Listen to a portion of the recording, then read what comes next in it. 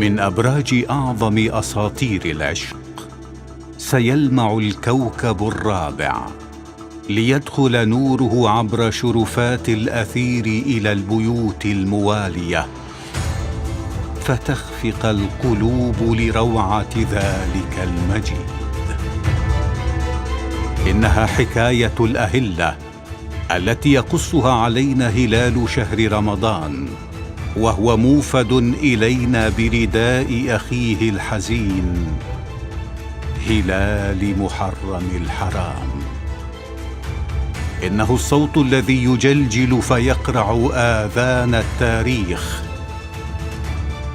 ويهدر فتتلفت له عيون المحبين، وترحب به بالدمع الهطول، الدمع الذي يكون حبر الرواية العظمى ويكشف أسرار المجد العظيم.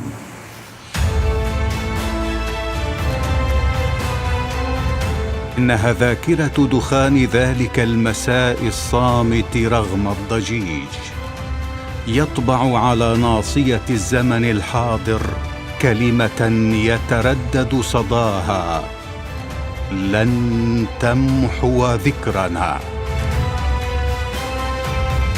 حتى صار الجميع اليوم يدعو: اللهم اجعلني عندك وجيها بالحسين. بعد 3 مواسم كانت حافلة بولادة أصوات حسينية من ذهب، جاء الموسم الرابع من برنامج وجيها بالحسين ليعيد صياغة ذلك الجمال ويقدمه ثمينا مرة أخرى عبر شاشة قناة الكميل الفضائية، ويستعرض تلك الحلي الممهورة بختم الولاء الصادق لأهل بيت النبوة عليهم السلام. جهدت إدارة قناة الكميل الفضائية المتمثلة برئيس مجلس إدارتها الدكتور عماد مهدي الزبيدي على الدراسة المتواصلة لأجل تحديث الفكرة بموسم مختلف وأكثر تطوراً. وبعد التشاور بين أعضاء اللجنة، خلص الرأي لأن تكون هذه النسخة جامعة لعناصر الإبداع، لائقة بالغاية السامية التي صيغت الفكرة من أجلها، متناسبة بأن تقدم خالصة لوجه الله الكريم ومقام المعز الدائم صاحب العصر والزمان، عجل الله تعالى فرجه الشريف. فكانت هذه النسخة هي النسخة الاحترافية. فقد أعدت اللجنة التنظيمية للمسابقة موسماً يسرق أضواء البرامج غير النافعة، ويشد ذوق المشاهد المسلم في كل مكان، فيتفوق على أكبر البرامج التلفزيونية العالمية بجميع صنوف الإنتاج البرامجي والمستويات الفنية الراقية، فضلاً عن صدق المحتوى ونبل الرسالة المراد إيصالها. فبرنامجنا هذا هو ترجمان نشيج الألم الكربلائي وصدى الواقعة الحاكي عن مصائبها. وبشأن التفاصيل الدقيقة للنسخة الاحترافية الرابعة، فسنبدأ بالحديث عن المشتركين. فقد اختارت لجان المسابقة أجمل أصوات المشتركين في المواسم ال3 السابقة، وأبرز الطاقات التي تأهلت لمراتب متقدمة ضمن المنافسات السالفة، بالإضافة إلى عدد من الطاقات الجديدة التي ترتقي مواهبها لمستوى المنافسة مع السابقين. فتكون مادة المسابقة على نسق عنوان نسختها الرابعة: الاحترافية.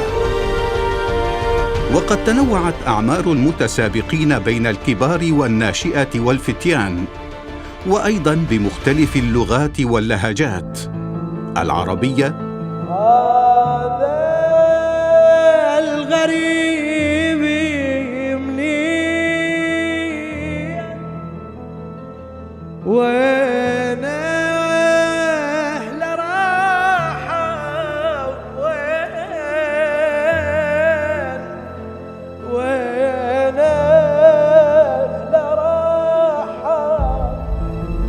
الفارسية ای وای مثل ابریشم توی آتیشم تا بیای پیشم ای وای میدونم بابا.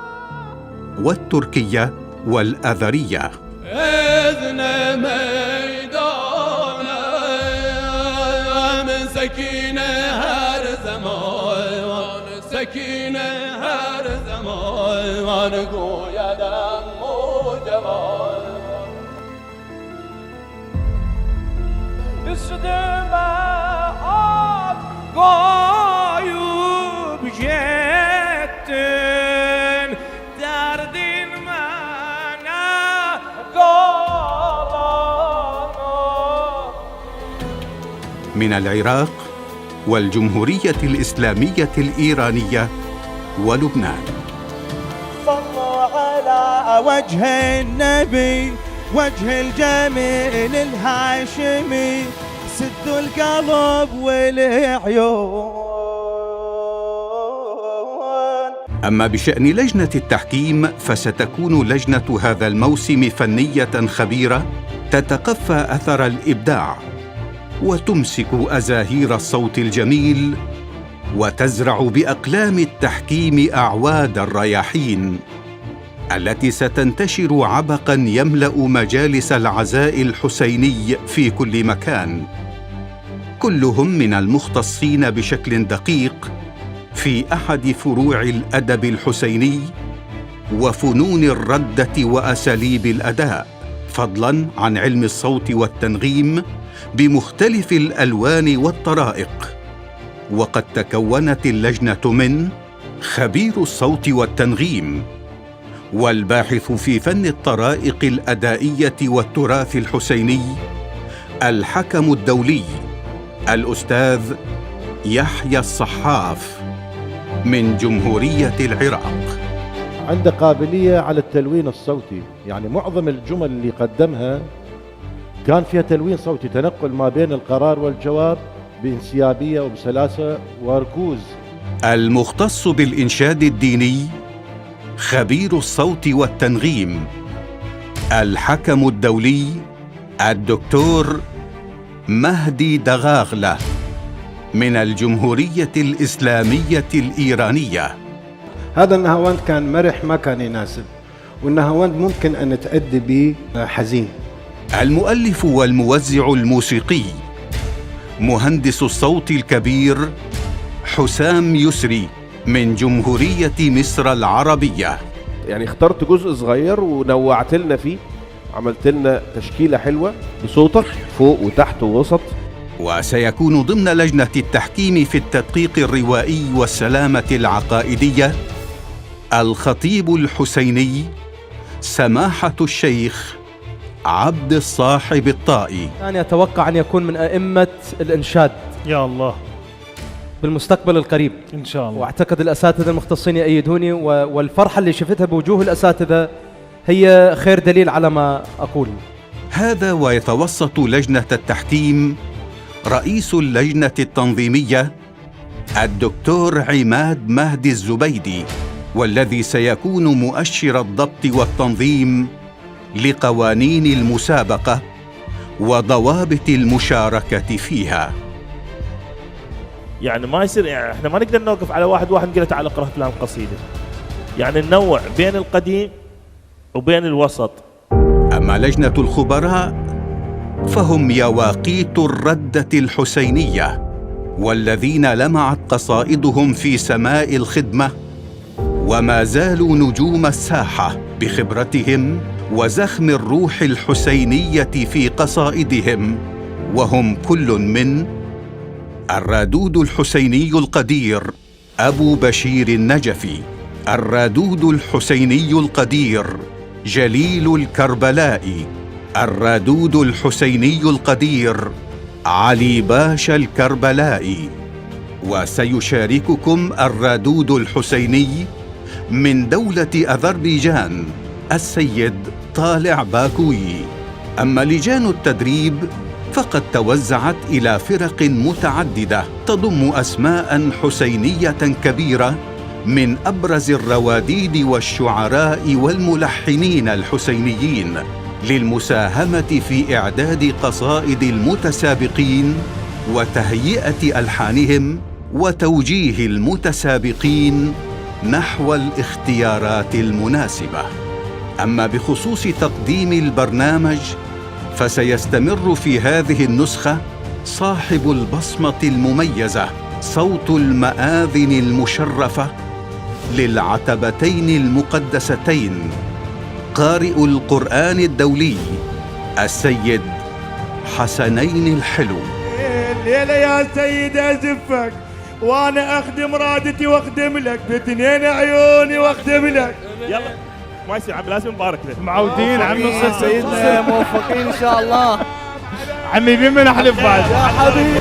وسيشارك الأستاذ علي الفاطمي بتقديم عدد من الحلقات فضلاً عن تنفيذ الإعداد وكتابة النصوص. أجمل التراحيب وأحلاها وأنقاها وأرقاها لأساتذتنا في لجنة التحكيم الموقرة. وفيما يخص نظام التباري فقد استبعدت هذه النسخة نظام التصفيات واعتمدت مشاركة المتسابق في جميع المراحل، وسيكون الفصل في فرز الفائزين باعتماد أعلى الدرجات التي حصل عليها المتسابق في المراحل الثلاثة والتي توزعت إلى: المرحلة الأولى مرحلة الشعر الشعبي. أنا الما أشوف دربوش اللي بالعين، إذا راوتني حرقيق يا ويلي حسين. المرحلة الثانية مرحلة التراث.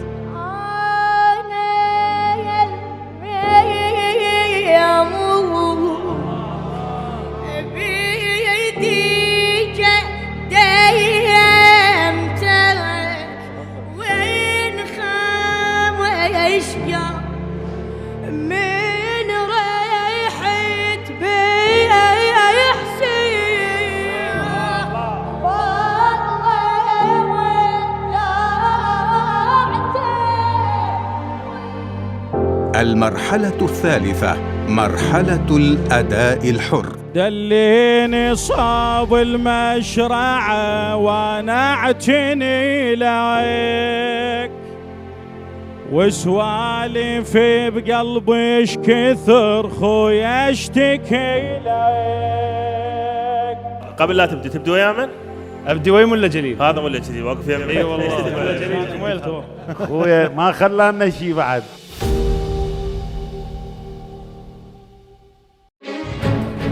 الشرح يطول والوصف مهما كان بليغاً سيكون قاصراً، ففي الحلقات أجواء لا يمكن التعبير عنها، وفي مجريات المسابقة روح يكتشفها القلب وتتحسسها الأرواح العاشقة. فتابعونا خلال ليالي شهر رمضان المبارك وعبر شاشة قناة الكميل الفضائية ومنصاتها الإلكترونية. وجيها بالحسين، الموسم الرابع، النسخة الاحترافية.